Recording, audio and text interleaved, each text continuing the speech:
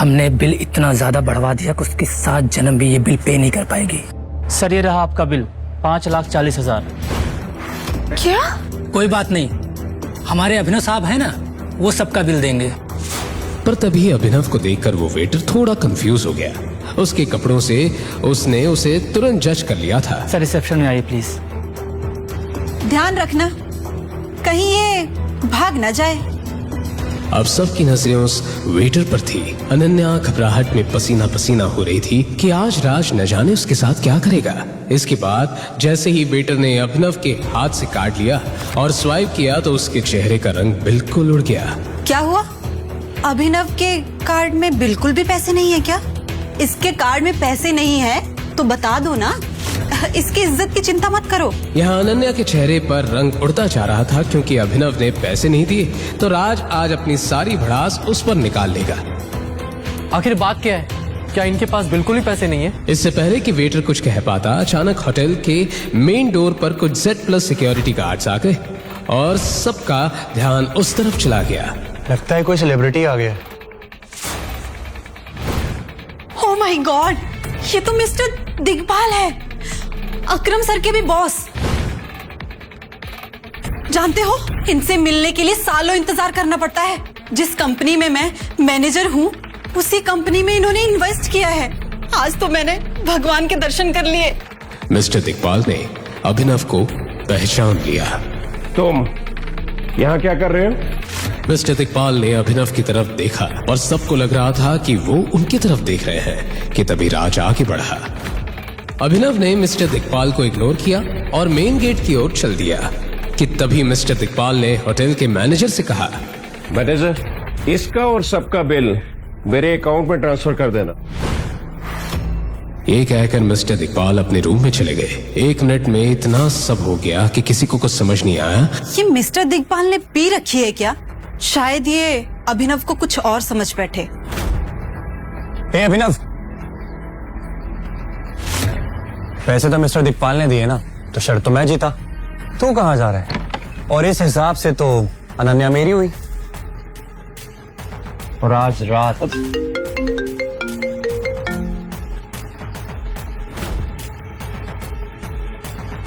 राज phone दे। Phone बजते जा रहा था कि तभी राज ने अभिनव से बॉक्सिंग का बदला लेने के लिए उससे झल्लाते हुए कहा, कौन सा बड़े सुपरस्टार का फोन आ रहा है तेरे पास?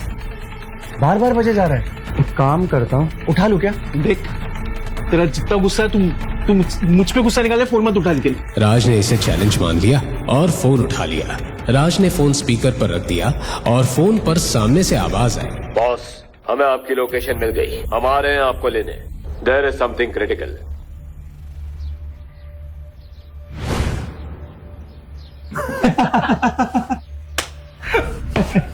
हमें किसी रिक्शे वाले, किसी कैब वाले का फोन था और वो अपने आप को कॉन्वॉय समझ रहा है। अनन्या को भी ये देखते हुए मजा आ रहा था, पर तभी हुआ ऐसा कुछ कि सभी की बोलती बंद हो गई।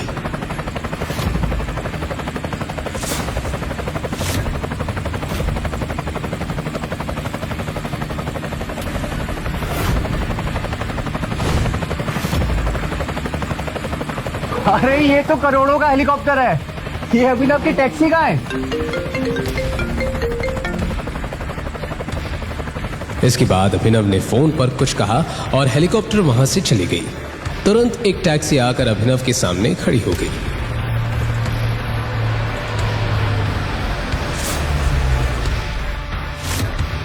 अबे खोदा पहाड़ और निकली चुईया।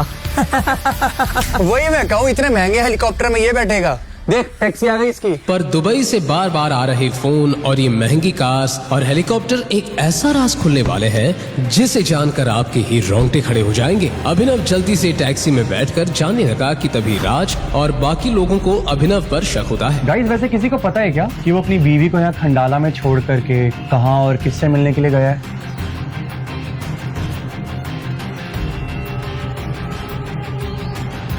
आपने जिस व्यक्ति को कॉल किया है वह अभी दूसरी कॉल पे व्यस्त है।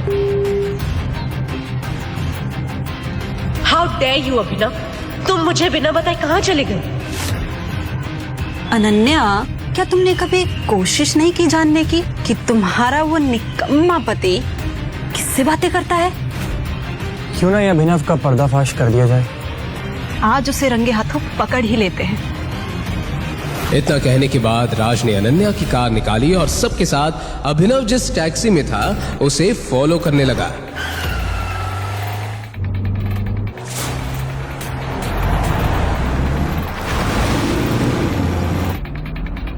राज जल्दी चलाओ ना। अभिनव, आज ना मैं तेरी पोल खोल कर रहूंगा। तू कहाँ जाता है और क्या क्या कांड करता है। राज और सबको लग रहा था कि आज अभिनव की असलियत सामने लाकर उसका मजाक उड़ाएंगे, पर इन्हें नहीं पता था कि इनके सामने अभिनव का आज वो सच सामने आने वाला है जिसकी इन्होंने सपने में भी कल्पना नहीं की थी। क्या है अभिनव की सच्चाई? एक गरीब घर जमाई जो सिर्फ गालियां खाने के लिए पैदा हुआ है या कुछ और? कहीं मत जाइए, इन सभी का राज खुलने ही जा रहा है। रुको रुको। अभिनव की टैक्सी को अचानक पुलिस द्वारा चेक पोस्ट पर रोक लिया गया। राज ने कार को कुछ दूर पहले ही रोककर तमाशा देखना शुरू किया।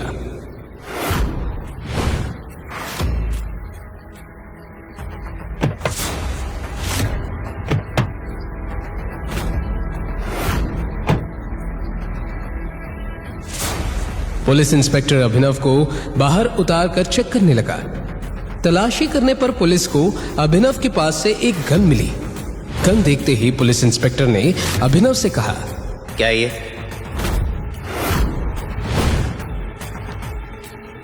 गन कहां से आई तुम्हारे पास? लाइसेंस कहां है इसका? ये अभिनव के पास गन कैसे आ सकती है? अरे जो इंसान नौकरों से गालियां खाता हो, 500 रुपए उधार लेके अपनी खटारा मोटर में पेट्रोल भराता हो, उसके पास गन कैसे आ सकती है? शायद मैं अभिनव की सच्चाई जान ही नहीं पाई। गाइस, ये अभिनव तो क्रिमिनल निकला। अब आज देखो कैसे पुलिस वाले ने इसको मार मार करके सच निकलवाएंगे। मैं अपना मुंह सिर्फ कमिश्नर के सामने खोलता हूँ। अच्छा, गाइस देखो, इसको पुलिस कमिश्नर चाहिए। सुन बे, ज्यादा स्मार्ट बनने की कोशिश मत कर, वरना यही उल्टा लटका के ऐसा मारूंगा ना, सारी औकात बाहर निकल आएगी। बता। जो घर के नौकरों से भी डांटा जाता था, उसने आज पुलिस वाले का हाथ पकड़ लिया था। हाथ छोड़, मैं तो ऐसा तोड़ूंगा ना तुझे लाठी से।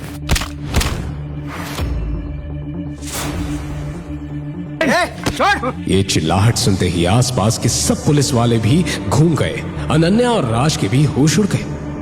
अरे कोई कमिश्नर साहब को बुलाओ, ये आदमी पागल हो गया है। इतना हंगामा मचा कि तभी वहां सबको एक पुलिस सायरन सुनाई दी।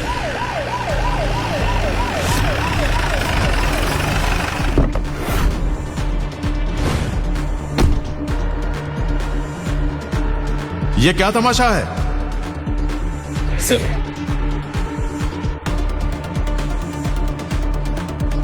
इन पर क्यों हाथ उठाया? कमिश्नर को देखते ही सबके चेहरे सफेद पड़ गए और जिस अभिनव को अभी तक बेइज्जती मिल रही थी, उसके सामने अब पुलिस भी खड़ी कांप रही थी। ये अभिनव की कमिश्नर तक पहचाने, पर कैसे? यहाँ अनन्या और बाकी लोगों के साथ पुलिस इंस्पेक्टर का दिमाग भी घूम रहा था। तुम्हें अपनी नौकरी से प्यार है या नहीं? किसने पकड़ा इनको? लेकिन सर, इसके पास इनके पास ये गन मिली सर।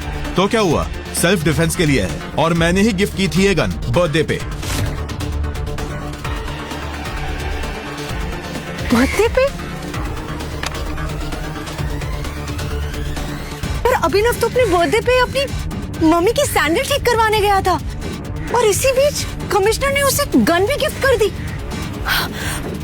मैं सपना तो नहीं देख रही ना? अनन्या और बाकी सब कुछ भी समझ नहीं पा रहे थे कि तभी कमिश्नर ने अभिनव को उसे बाइज्जत जाने दिया।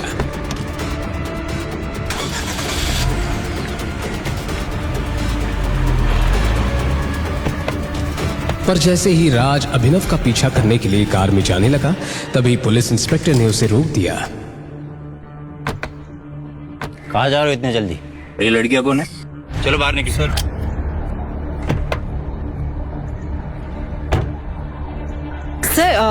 वो हम अभिनव जी के साथ है, तो वो जहाँ जा रहे हैं हम भी वही जा रहे हैं। अच्छा ठीक है, तुम लोग जाओ।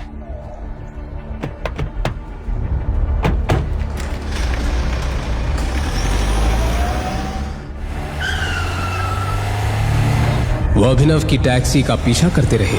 टैक्सी एक बहुत बड़े ही खंडर से होते हुए सड़क को क्रॉस कर ही रही थी कि तभी उसी खंडर की गलियों में से अचानक वो ब्लैक कार्स अभिनव के टैक्सी के आगे आ गई और अभिनव की टैक्सी के आगे पीछे चलने लगी।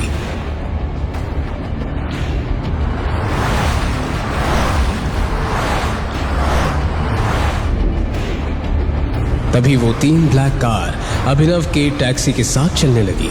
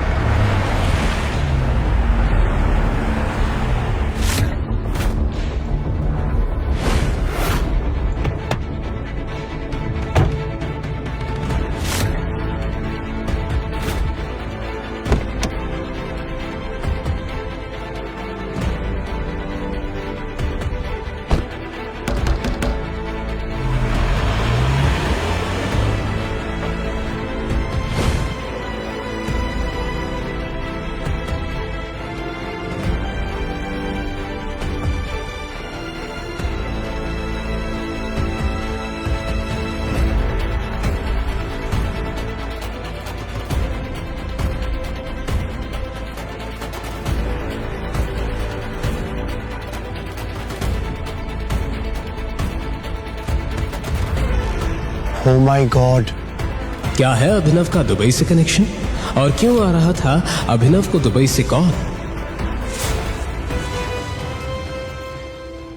गरीब डिलीवरी बॉय अभिनव की बरसों पुरानी गर्लफ्रेंड ने उसे एक रईसजादे के लिए छोड़ दिया। फिर क्या था? प्यार में हारा अभिनव बेचारा दारू पीकर चढ़ गया जमीन से 50 फीट ऊपर बिल्डिंग के टेरेस पर। मैं ये दुनिया छोड़ के जा रहा हूँ। मुझे तो तुम्हारे धोखे नहीं मार दिया। तुम खुश रहना उस रईसजादे के साथ। मैं चला। वो मजनू तो जान देने को तैयार था, मगर किस्मत को कुछ और ही मंजूर था। अचानक अभिनव नीचे गिर गया, मगर वो गिरा भी तो कहां?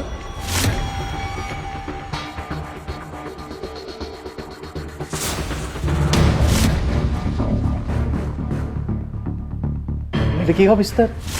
ये भगवान, यहाँ पे कहां से आया? जी हाँ, उस टेरेस से गिरकर अभिनव पहुंच गया था शहर की सबसे खूबसूरत और रईस लड़की अनन्या के बिस्तर पर, जो उस वक्त चैन की नींद सो रही थी। मगर जैसे ही उसकी नींद खुली, कौन है तुम? मेरे बिस्तर पे क्या कर रहे हो? मैं तो कुछ नहीं जानता मैं कहां से आया। मुझे तो उसकी समझ में नहीं आ रहा है। मुझे तो लग रहा है मैं भी एक सपना देख रहा हूँ। सपने से बाहर आओ और बताओ तुम कौन हो? तुम जानते भी हो मैं कौन हूँ?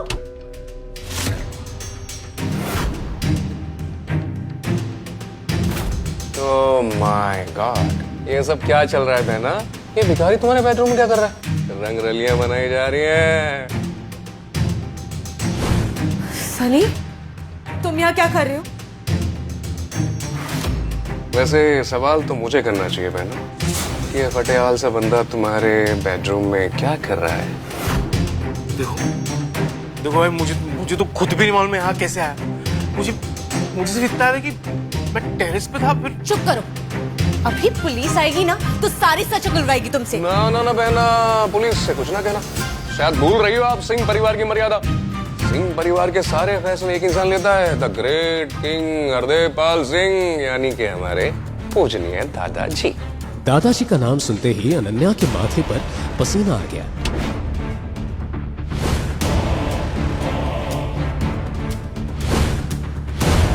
अनन्या, हरदेवपाल सिंह न सिर्फ शहर के जाने माने रईस थे, बल्कि एक बहुत ही रूढ़िवादी और पुरानी सोच वाले सख्त आदमी थे, जो कहने को तो सूट बूट पहनकर घूमते थे, मगर उनकी मानसिकता 500 साल पुरानी थी। अनन्या ये सोचकर डरी जा रही थी कि दादाजी के आने के बाद क्या होगा कि तभी अनन्या बाहर निकल। अपने दादाजी की बुलंद आवाज सुनकर अनन्या की सिट्टी पिट्टी गुम गई। आगे की कहानी जानने के लिए नीचे दिए गए लिंक से डाउनलोड करें पॉकेट FM ऐप।